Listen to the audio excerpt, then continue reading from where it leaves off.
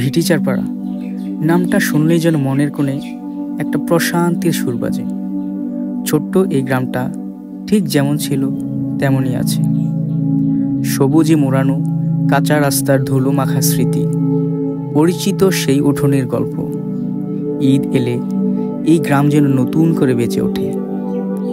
শিশুরা নতুন জামা গায়ে ছোটাছুটি করে, ঘরের মায়েরা ব্যস্ত থাকে ঈদের রান্নায়, মসজিদ থেকে ভেসে আসে তাকবীরের সুর। সকালের রোদে উঠতেই সবাই মিলে ঈদের নামাজে যায়, একসাথে কোলাকুলি করে, যেন শত ব্যস্ততার পরও সবাই একত্রিত হয় শেকড়ের টানে। কিন্তু এই আনন্দের মাঝেও কোথাও যেন এক ফাঁকা স্থান রয়ে যায়। আমাদের সেই প্রিয়জনেরা যারা এখনো দেশের বাইরে, সময়ের প্রয়োজনে, জীবনের তাগিদে যারা আজও দূরে।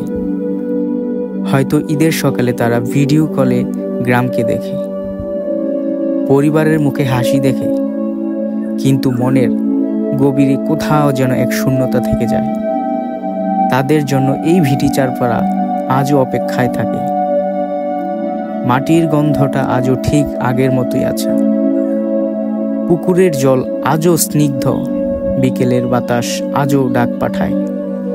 তুমি যেখানেই থাকো মনে রেখো এই গ্রাম, এই উঠোন, এই ঈদ, সব কিছুই তোমার জন্য ঠিক আগের মতোই অপেক্ষা করছে।